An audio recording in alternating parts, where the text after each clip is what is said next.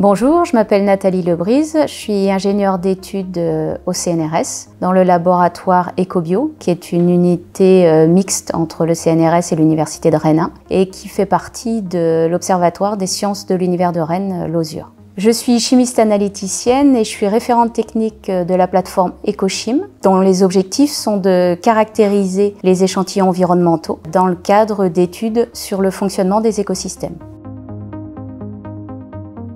Alors je pense qu'il y a un élément important dans ma carrière. Tout début des années 2000, l'idée c'était de regrouper tous ces petits laboratoires pour faire des unités mixtes de recherche.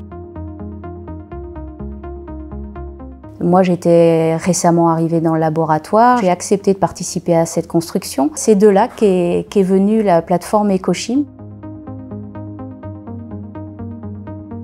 L'objectif, c'est d'apporter un soutien technique aux chercheurs qui veulent faire des recherches. Donc on a déjà agrégé ce qui existait. Au fur et à mesure des besoins des chercheurs, de l'évolution des questions de recherche, on a acquis de nouveaux équipements. C'est donc à partir de ce moment-là qu'on a créé le pôle de préparation d'échantillons, le pôle d'analyse élémentaire, de molécules organiques et de molécules inorganiques.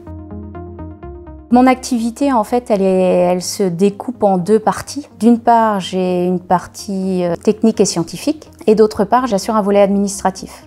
Je participe à des projets de recherche, et pour la partie plus administrative, j'assure la gestion financière et l'activité de la plateforme analytique.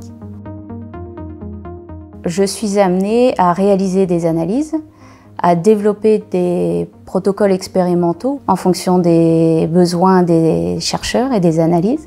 J'ai aussi un rôle de formation, donc des masters, des doctorants ou encore des chercheurs qui viennent faire des analyses sur la plateforme. Le fait de passer comme ça alors, du volet administratif puis sur différents équipements, c'est parfois un petit peu difficile. On aimerait parfois pouvoir passer plus de temps sur un équipement donné, sur un temps donné. C'est peut-être ça la difficulté. Et en même temps, c'est ce qui fait la richesse de ce travail-là, c'est cette diversité qui est aussi attrayante et intéressante. On est amené à utiliser des nouveaux équipements puisque la technologie évolue très vite. C'est vraiment un côté très stimulant de mon travail. Et j'aimerais bien, en termes de perspective, pouvoir travailler un peu plus sur le traitement des données pour voir de ce qu'on sort plus concrètement de nos équipements et de nos échantillons.